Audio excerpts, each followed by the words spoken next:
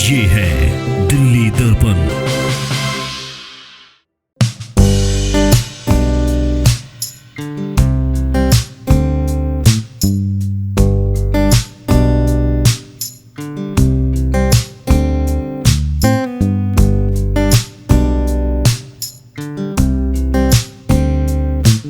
नमस्कार, मैं हूँ राजेंद्र स्वामी। आप देख रहे हैं दिल्ली दर्पण टीवी। इस वक्त हमारे साथ दो लोग हैं। एक बहुत मशहूर ज्योतिषाचार्य आलोक वाजपेयी जी हैं और एक समाज सेवी बबलेश पंडित जी हमारे साथ हैं। आलोक जी बहुत अच्छे ज्योतिष हैं तो बबलेश जी ज्योतिष को मानने वाले, एक कर्मकांडी पूजा पाठी व्यक्तित्व।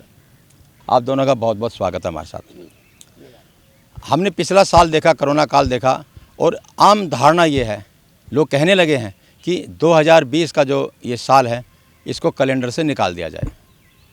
बहुत ही अशांति पूरी दुनिया में रही, चाहे वो महामारी की बात हो, चाहे वो आंदोलनों की बात हो, चाहे वो राजनीतिक उथल पथल की बात हो। हम कुछ इस पे भी बात करेंगे। और जो मानवता पे जो संकट आया है, जो परेशानियों का दौर जो चल रहा है, उस पर एक आम आदमी, ज्योतिष में भरोसा रखने वाला आदमी क्या सोचता है, इस पर हम पंडित जी से बात करेंगे। तो सबसे पहले रुख करते हैं आलोक वाजपेयी जी का। आलोक वाजपेयी जी, इस सारी हलचल को आप किस तरह से देखते हैं? अब जब कोरोना थोड़ा सा हल्का हुआ, हल्का तो नहीं कह सकते, लेकिन कुछ डर कम हुआ है, और उसके बाद अब जो राजनीतिक उथल पुथल चल रही है, किसान आंदोलन चल रहे हैं, युवाओं का अलग से एक मुहिम चल रही है, इसको ज्योतिष किस नज़र से देखता है? देखिए, ऐसा है कि ज्योतिष में कुछ ग्रह हैं जो ना सिर्फ राजनीति को बल्कि पूरे जनमानस पटल को प्रभावित करते हैं। उनमें सबसे बड़ा ग्रह है सूर्य, दूसरा बड़ा ग्रह है शनि, तीसरा बड़ा ग्रह है राहु, चौथा बड़ा ग्रह है गुरु और पांचवा केतु। तो ये 5 ग्रह पूरे जनमानस पटल को प्रभावित करते हैं, और हर वो चीज़ें जिसमें पब्लिक एट लार्ज इफ़ेक्टेड होती है वो इन 5 ग्रहों से मेनली होती है। बाकी बुध हो गया, शुक्र हो गया, बाकी जो मंगल हो गया, ये जब इन ग्रहों के साथ आ जाते हैं तो ये अपनी तीव्रता या अपना प्रभाव कम या ज़्यादा करते हैं। स्टार्स से ये ग्रह जो हैं वो प्रभावित होते हैं, लेकिन हकीकत ये है कि अमीर व्यक्ति का भी समय आता है, गरीब व्यक्ति का भी समय आता है, और ज्योतिष कोई ऐसा नहीं कि वो चमत्कार नहीं है। तो अभी जो हम माहौल की बात करें, अभी किसका समय आने वाला है? देखिए, ऐसा है, अभी शनि मकर राशि में 24 जनवरी 2020 को आया था। 24 जनवरी 2020 को शनि मकर राशि में आया था। तो शनि जनमानस का ग्रह है। तो जब अब शनि मकर राशि में आया है, हर एक ग्रह सूर्य और चंद्र को छोड़ के, चाहे वो गुरु हो, चाहे वो शनि हो, चाहे वो मंगल हो, चाहे वो शुक्र हो, सूर्य चंद्र राहु केतु को छोड़ के बाकी सारे 5 के 5 ग्रह 2-2 राशियों को प्रभावित करते हैं।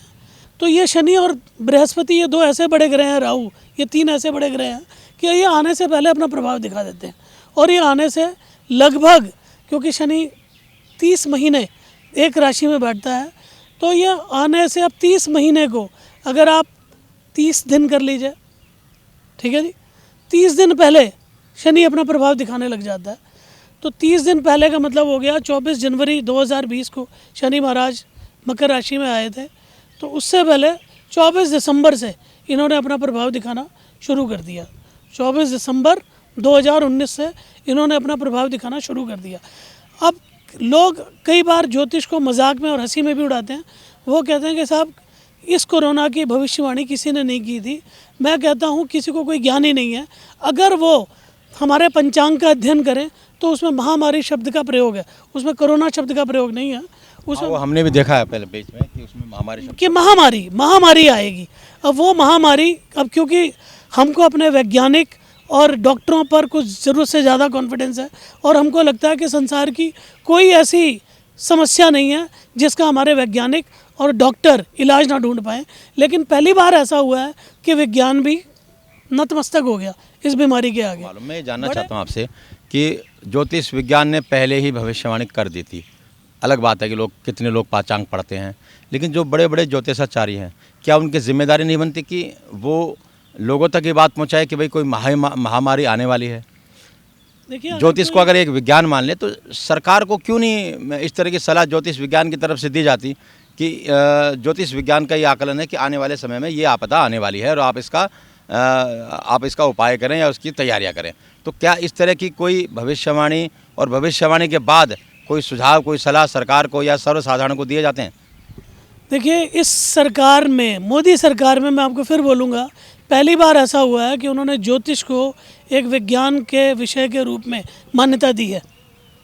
बनारस हिंदू विश्वविद्यालय इस चीज़ का लिया, लाल बहादुर शास्त्री केंद्रीय संस्कृत विद्यापीठ, वहाँ अगर आप कभी लोग वहाँ अध्ययन करें तो आप पाएंगे वहाँ पर ज्योतिष की विशेष क्लासेस होती हैं, वहाँ पर डिग्री कोर्स दी जाती है। ये बात ठीक है कि हमारे समाज में, हिंदू समाज होते हुए भी कभी इसको मान्यता नहीं मिली, लेकिन ज्योतिष को ज्योतिष एक आस्था का प्रतीक है, एक इंडिविजुअल आस्था का। अगर आपको ज्योतिष विज्ञान की तरफ से कभी ऐसी मांग हुई हो कि इसको एक पाठ्यक्रम का हिस्सा बनाया जाए, बिल्कुल। इसको मान्यता दी जाए, कभी मांग हुई हो ऐसी? बिल्कुल कई बार हुई है, लेकिन पिछली सरकारों ने उसके ऊपर कोई ध्यान नहीं दिया और इस बार मुझे आशा है, क्योंकि योगी सरकार ने इसको एक पाठ्यक्रम के रूप में। हम ये जानना चाहते हैं कि अब 2021 को ज्योतिष विज्ञान किस तरह से देख रहा है, क्या कुछ ठीक होंगे हालात? देखिए मैं बड़े ग्रहों की बात कर रहा था, इस समय राहु जो है वो वृषभ राशि में उच्च के विद्यमान है। अब इस संबंध में ज्योतिष के अलग अलग विद्वानों का अलग अलग तर्क होता है। कुछ लोग कहते हैं कि कोई भी ग्रह विद्वान उच्च का तब होता है जब वो अपने ही नक्षत्र में आ जाए।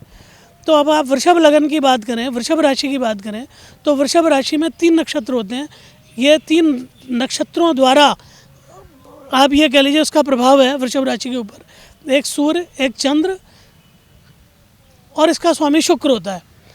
तो अब सूर्य और चंद्र को राहु ग्रहण लगा देता है। राहु एक ऐसा ग्रह है, वो सूर्य और चंद्र को ग्रहण लगा देता है। सूर्य जो है वो आत्मा कारक तत्व है, सूर्य जनमानस का ग्रह है, सूर्य राजा का कारक है। तो अगर आप देखें, मुझे दुनिया में कोई एक ऐसा कॉन्टिनेंट बता दीजिए जहाँ इस समय डिस्टर्बेंस ना चल रही हो। हम तो मानते हैं कि पूरे विश्व में अशांति है, वो अर्थव्यवस्था से जुड़ा मामला हो, वो राजनीति से जुड़ा मामला हो, पूरी की पूरी अशांति है।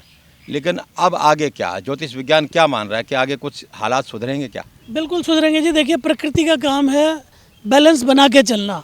जैसे जब जब श्री रामचरितमानस में भी इसका, बल्कि हर एक धार्मिक ग्रंथ में मैं 100% श्योर हूँ, हालांकि मुझे कुरान की या बाइबल की इतनी ज्ञान नहीं है, लेकिन किसी भी धर्म ग्रंथ को आप पढ़ेंगे या गुरबानी को, किसी भी धर्म ग्रंथ को पढ़ेंगे, उसमें लिखा है जब जब अनाचार ज़्यादा होगा, जब जब व्यक्ति को ये लगेगा या विज्ञान को ये लगेगा कि वो मानवीयता पर हावी हो जाएंगे, तभी तभी कोई ऐसी परिस्थिति आ जाएगी जिसमें कितने ही विध्वंसककारी अस्त्र शस्त्र हों या दवाइयाँ हों या वैज्ञानिक चमत्कार हों, सब धाराशाही हो जाएंगे, किसी काम के नहीं रहेंगे। और जहाँ तक सन 2020 की चर्चा नोस्ट्राडामस के टाइम से चलती आ रही है, जब लोग कहते थे कि आने वाले समय में जो धर्म और संस्कृति की लड़ाई है वो बहुत ज़्यादा तेज हो जाएगी। और एक समय था जब हिंदू साम्राज्य पूरे विश्व के धरातल पर था, अब धीरे धीरे विलुप्त होता चला गया। इस्लाम का इसी तरह डंका बजने लग गया था, धीरे धीरे उसके पर भी संकट आने लग गया। मैं ये नहीं कह रहा कि किसी धर्म का नाश होने वाला है, परंतु जो उसको मानने वाले लोग हैं या जो उसको प्रचार करने वाले लोग हैं, उसका जरूर जब कभी राजनीतिकरण हो जाएगा, जब कभी उसकी मिसयूज़ होने लग जाएगा वो धर्म के नाम पे, जब उसका राजनीतिक लाभ लोग लेने की चेष्टा करेंगे, तब तक वहाँ पर दिक्कत आएगी। अभी आपने बताया कि 2021 में ज्योतिष के अनुसार सब कुछ ठीक होने वाला है, आप ये करें, बहुत संक्षेप में आप 2021 का प्रोडिक्शन दें। देखिए 2021 का अगर आप न्यूमरोलॉजिकल असेसमेंट करें तो 2 नंबर चंद्र का है, 2021 221, 1 नंबर सूर्य का है और टोटल 5 बनता है बुध का। बुध जो है वो कम्युनिकेशन का कारक है, चंद्रमा जो है वो टेक्नोलॉजी का कारक है, science and technology, computer science, communication, और सूर्य जो है वो महंगी चीज़ों का कारक है। तो ये 2021 इन्हीं के द्वारा प्रभावित, इन्हीं क्षेत्रों के द्वारा प्रभावित रहने वाला साल होगा। ये तो हो गई इसकी न्यूमरोलॉजिकल कैलकुलेशन। अगर आप इसकी ज्योतिष के हिसाब से व्याख्या करना चाहेंगे तो शनि इस समय मकर राशि में है और राहु के द्वारा दृष्ट है, राहु शनि को देख रहा है। तो पूरे विश्व में हर किसी देश में अनाचार बढ़ेगा, आंदोलन ज़्यादा से ज़्यादा होंगे, एक महामारी ख़त्म होगी दूसरी आ जाएगी, एक समस्या ख़त्म होगी दूसरी समस्या जन्म ले लेगी, और हर समस्या उतनी ही प्रताड़ित करेगी जितनी पहली समस्या से लोगों को निजात मिलने के बाद रिलीफ होगा, दूसरी समस्या उससे कहीं भयानक रूप लेके आएगी।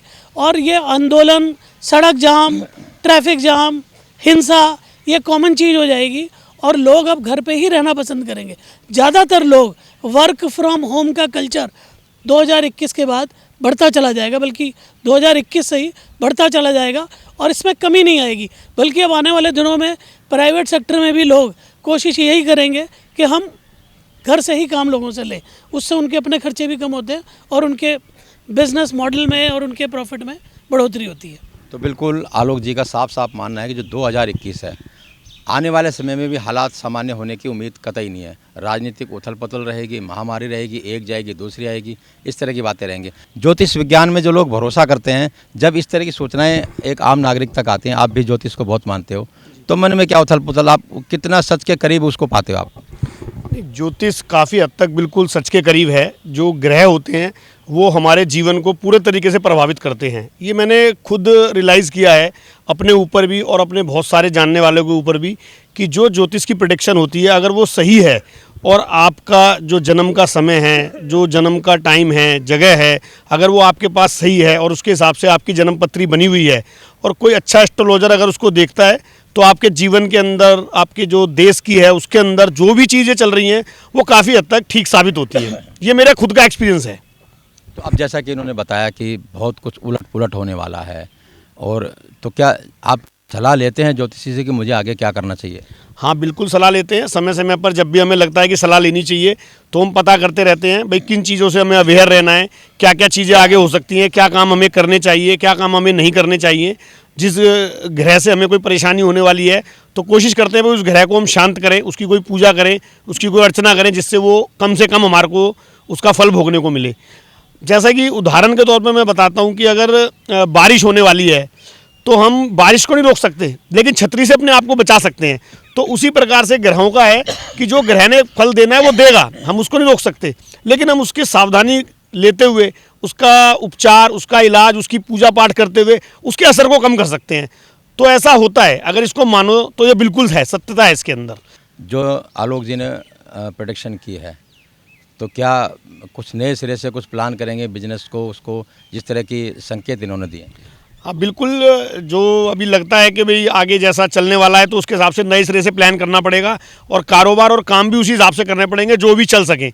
जो काम अभी नहीं चल सकते उसमें जाना ठीक नहीं रहेगा, क्योंकि उसमें नुकसान होने की संभावनाएं ज़्यादा हैं। साफ संकेत ज्योतिष विज्ञान के कुछ जो जानकार, मेरी और लोगों से भी बात हुई है, उनका भी ये मानना है कि आने वाले समय में जो कोरोना काल आया है, इसके बाद बहुत कुछ चीज़ें बदलने वाली है। वर्क फ्रॉम होम का कल्चर जो वो सामने आने वाला है, तो उसकी एक ही वजह होगी कि जो सामाजिक और आर्थिक जो हालात हैं देश के, उस पर भी इसका पूरा असर पड़ेगा। जो भी आपदाएं आएंगी या जो राजनीतिक उठापटक, अशांति जो पूरी दुनिया में है और पूरे देश में होगी, उसका असर कहीं ना कहीं सामाजिक ताने बाने, आर्थिक और सामाजिक स्थिति पर भी पड़ेगा। और आपको भी लगता है कि आपको कोई सलाह चाहिए या उस हिसाब से आपको कोई ज्योतिषीय सलाह चाहिए, तो आप आलोक जी से संपर्क कर सकते हैं। नंबर स्क्रीन पे उनके नीचे चल रहे हैं, आप भी अपनी ज्योतिष समस्याओं के लिए इनसे संपर्क कर सकते हैं। और आगे आने वाले समय में क्या उनको करना चाहिए, इस पर भी आप उनसे बात कर सकते हैं।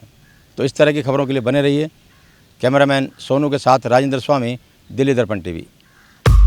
लेटेस्ट खबरों के लिए सब्सक्राइब करें हमारा YouTube चैनल या फिर लॉग ऑन करें www.delhidarpantv.com। खबरों की कवरेज और विज्ञापनों के लिए संपर्क करें इस नंबर पर।